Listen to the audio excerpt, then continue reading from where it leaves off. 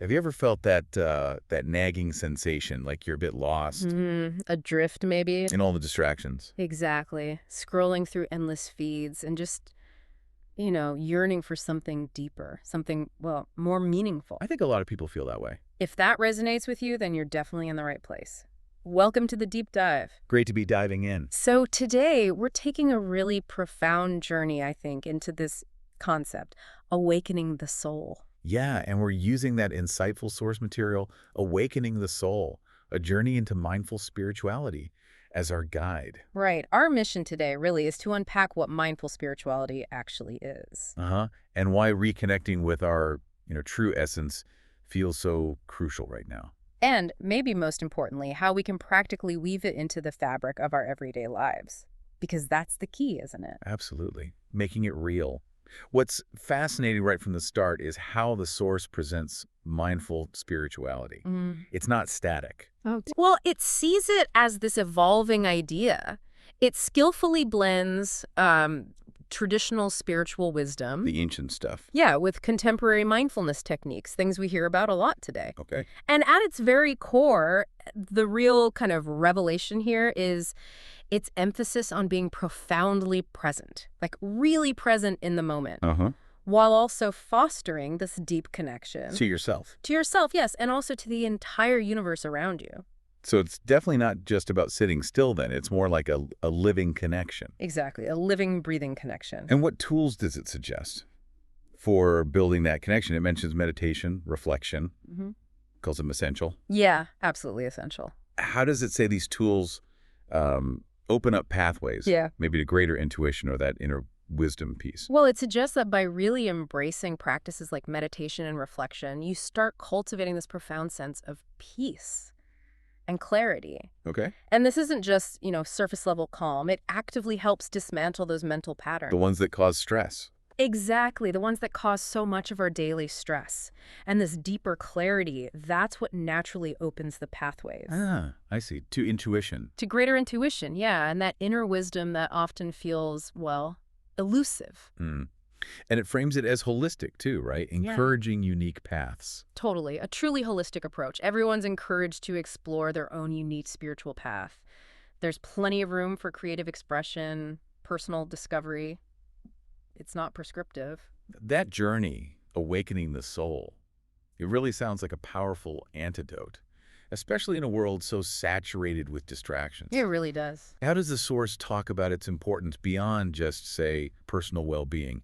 Does it suggest a wider impact? Oh, absolutely. The journey is described first off as this reconnection with your true essence, Okay. which in turn helps you uncover a deeper sense of purpose, Yeah. meaning. Right, that search for meaning. And the core insight here, I think, is that finding purpose isn't really about chasing external goals. Uh-huh. It's more about shedding those layers of distraction, uncovering the profound purpose that's already inherent in your authentic self. That's a powerful shift in perspective. It is. Yeah. And the source really nails how this impact goes beyond just personal transformation. How so? Well, when you become more attuned to yourself, more present, you naturally develop greater empathy, more compassion. Ah, so it affects relationships. Profoundly enhances your relationships with others, yeah. And it doesn't stop there. You mentioned the environment earlier, nature-based spirituality. Exactly. It extends to our relationship with the environment through that lens, which is a beautiful concept in itself. It really is. But what I find truly captivating is how the source connects this inner work to developing our intuition. Mm-hmm. It even suggests this journey might reveal latent abilities.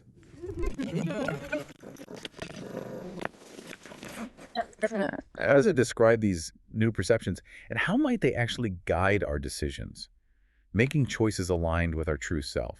It's quite profound, actually. It frames spirituality not as some rigid doctrine, you see, but as something intensely personal, like a tapestry woven from various threads, is the phrase it uses. A tapestry, I like that image. And we're going to sort of dive into those threads now, showing how they all interweave. Okay, so where do we start unraveling this tapestry then?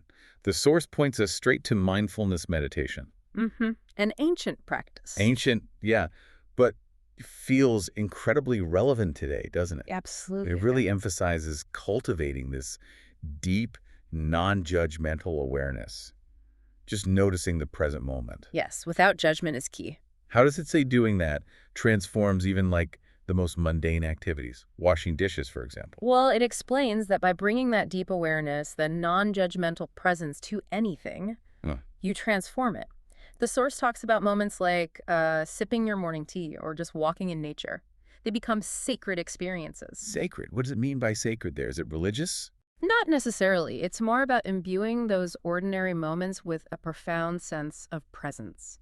Gratitude, maybe. Connection. Ah, okay. So turning routine into something meaningful. Exactly. Turning them into deeply meaningful pauses in the day. That reframing makes a lot of sense. Yep. And the beauty, it seems, is that the techniques it outlines are actually pretty simple. Yeah. Accessible for anyone. Totally accessible. That's a big emphasis. So what are some of these practical methods? Well, take focused breathing. Super simple.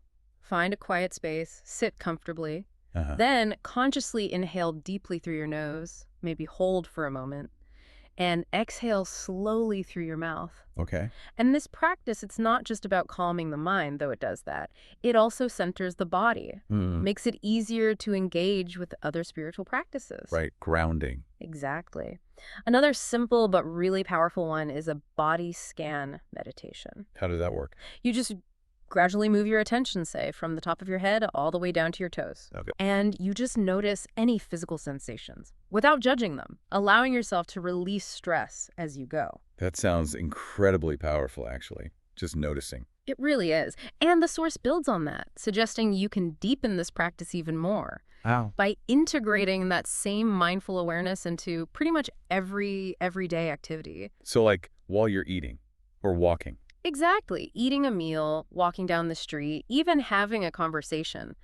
Each interaction becomes an opportunity for presence, for meditation, in a way. Wow. Okay. And, for those who want a more dedicated practice, the source also suggests creating a specific meditation space. A physical space. Yeah. Somewhere free from distractions, ideally, filled with items that inspire you, maybe crystals, candles, meaningful symbols, whatever resonates. So it's not just decoration. No, it's about establishing a sacred environment, something that helps trigger a deeper meditative state, maybe enhances that intuitive development we talked about. That makes sense. Building on that idea of presence, Yeah. the source then connects us beautifully to nature. The natural world. Yeah, it presents the outdoors not just as a place, but as this constant source of, like, spiritual nourishment. It really does. How does it suggest nature acts as a mirror, reflecting our inner selves and helping with intuition? Well, think about nature's cycles, right? They're constantly evolving. The seasons, the tides. Exactly. The Yeah. ebb and flow of tides, the changing seasons. The source says these deeply resonate with our own internal emotional landscapes, our own cycles. Ah, So by observing and connecting with these natural rhythms, we start to understand our own inner world more clearly. which fosters intuition.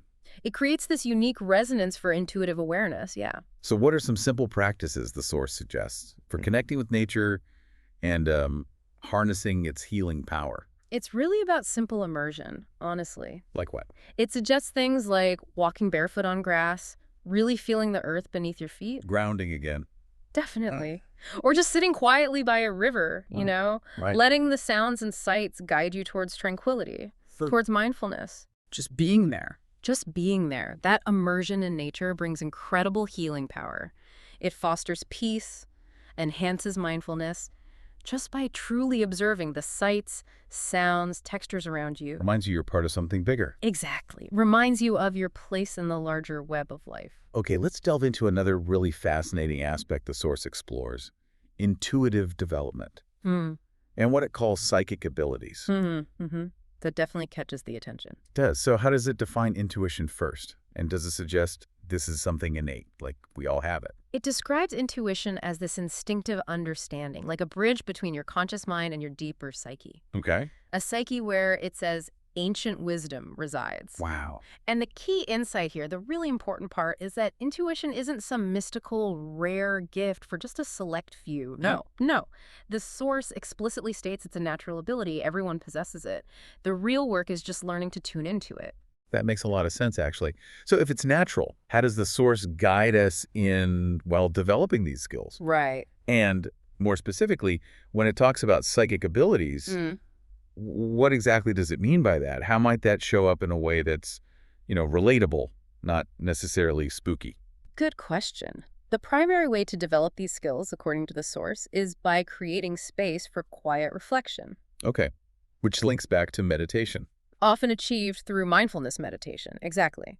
By quieting the monkey mind, you become far more attuned to those subtle whispers of intuition. Wow. And nature, as we just discussed, is a powerful ally here, too. How so? Spending time in natural surroundings just heightens your awareness, your sensitivity to intuitive messages, Hmm. whether it's a walk in the woods, sitting in your garden, really listening to the sounds. Right. Okay. So the psychic abilities part. Yeah, so when the source talks about psychic abilities, it's generally not framed as, crystal balls or predicting lottery numbers. Okay. It's more often framed as a heightened sensitivity to subtle cues. Like what? Like maybe a really powerful gut feeling that guides a decision, or a sudden, vivid insight that just feels right and later proves uncannily accurate, or even a profound sense of empathy for someone else that feels almost, well, telepathic, for lack of a better word. So it's like an extension of intuition. Exactly. It's presented as an extension of intuition, a deeper way of perceiving information that the conscious mind might normally filter out or miss. Okay. And its development really begins with quieting the mind and learning to trust those instincts, those feelings. Having an open mind is key. That's a much clearer, less intimidating way to understand it, just a deepening of perception. Precisely. Okay, moving on to another key element the source highlights, the role of rituals and ceremonies. Why are these considered so important on this journey? Well, they aren't just empty gestures, you see. The source explains they serve as really vital anchors. Yeah, grounding practitioners in their spiritual journey. They provide structure, they provide meaning, beautifully bridging the gap between the mundane, everyday stuff and the sacred. Connecting the everyday to something deeper. Exactly, intentionally creating those connections. And the source seems to empower us to create personal rituals, right? Ones that really resonate with us individually. Absolutely. It's very much about personalization. What are some examples, elements we might use? You can truly craft practices that feel meaningful and sacred to you, maybe involving elements from nature, like lighting a candle outdoors under the stars, or perhaps drawing on ancient wisdom, like consciously honoring the moon base, things like that. Okay. And how do ceremonies themselves fit in? They seem a bit bigger than personal rituals. They often are. Ceremonies are described as these potentially transformative experiences that honor significant moments in life. Like weddings, rites of passage. Exactly. Weddings, rites of passage, but also even simple gatherings done with intention.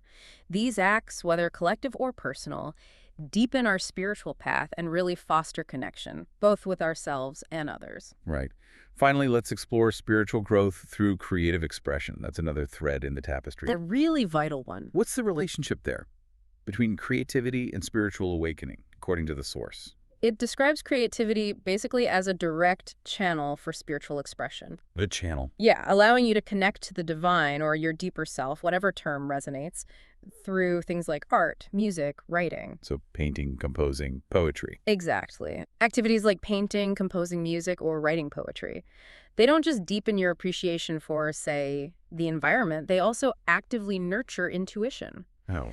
Well, it specifically mentions things like automatic writing or intuitive painting as powerful ways to tap into that subconscious flow, that intuitive stream. So creativity isn't just an outlet like letting off steam. It's a tool for inner exploration. Precisely. Very much a tool. Does the source explain how it leads to insights? Or maybe unlocks those latent intuitive skills we talked about earlier? It does. It highlights how just engaging in creative pursuits can lead to really profound insights sometimes.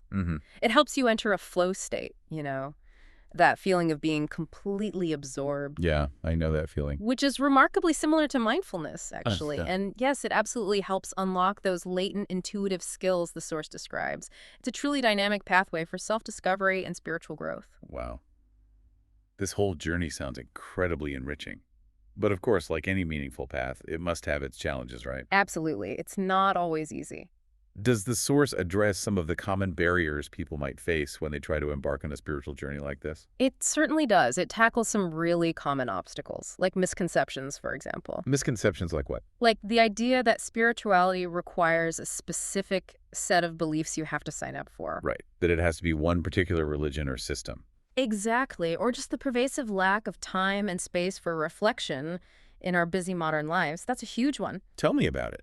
Self-doubt is another big one. And fear, especially fear regarding intuition or those deeper perceptions.